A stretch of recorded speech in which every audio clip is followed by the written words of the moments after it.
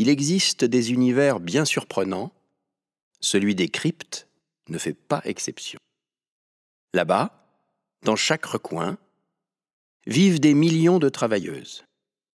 Pour le bon fonctionnement de leur communauté, chacune d'entre elles doit respecter le code de la crypte, qui est le suivant: rester droite dans ses bottes.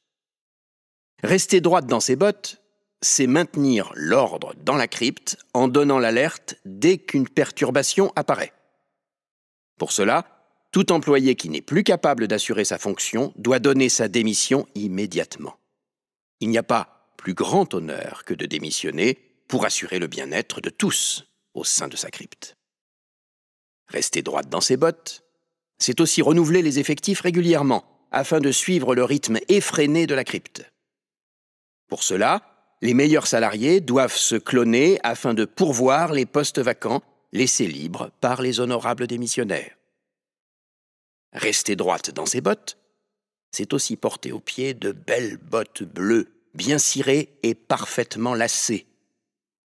Partager son goûter avec ses collègues, être poli avec tout le monde et surtout, ne jamais sortir de la crypte.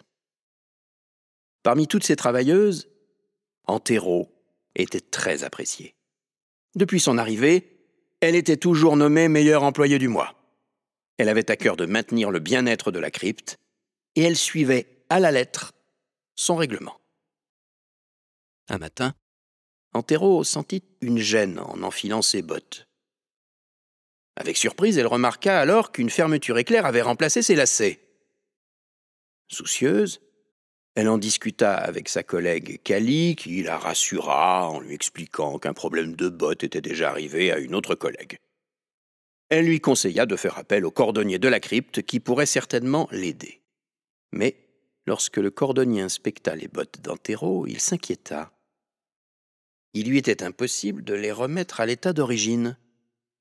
Le cordonnier lui conseilla alors de démissionner car Antero ne pouvait pas reprendre le travail avec ses bottes inappropriées.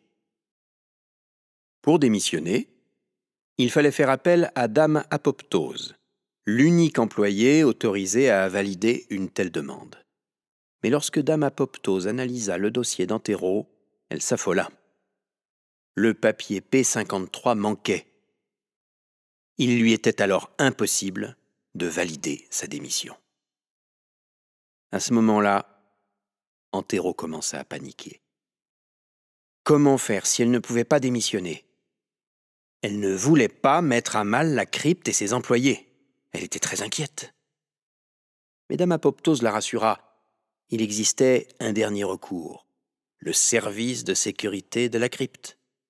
Ce service était formé pour reconnaître toute anomalie dans les bottes des ouvrières. Il pourrait donc aider Antero à être expulsé pour ne pas nuire à la crypte. Quelques minutes plus tard, 3 agentes arrivèrent. Mais lorsqu'elles passèrent à côté d'Antero, elles ne s'arrêtèrent pas, comme si Antero était invisible. Antero regarda alors ses pieds et découvrit avec horreur qu'elle n'avait plus ses bottes, mais des sandales. Le service de sécurité ne l'avait donc pas reconnue. Antero ne pouvait pas démissionner ni être évacuée. Elle n'avait pas d'autre choix que de continuer à travailler. L'équilibre de la crypte allait être perturbé et elle se sentait coupable et impuissante. Ce qu'elle redoutait arriva. Elle se clona. Et au lieu de produire un clone d'Antero bien droite dans ses bottes, comme elle l'avait toujours fait, elle créa une Antero avec des sandales aux pieds. Elle perdit le contrôle et se mit à tripler, quadrupler, encore et encore. Elle créa ainsi une horde d'Antero avec des sandales aux pieds. Mais le pire dans tout ça, c'est que tous ces pseudo-Antero ne respectaient aucun code. Elles étaient malpolies, volaient le goûter de leurs collègues et certaines enfreignaient même la règle la plus importante en tentant de sortir de la crypte.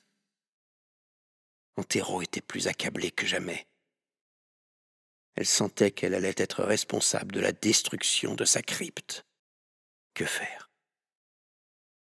Il existe des univers bien surprenants. Celui du corps humain ne fait pas exception.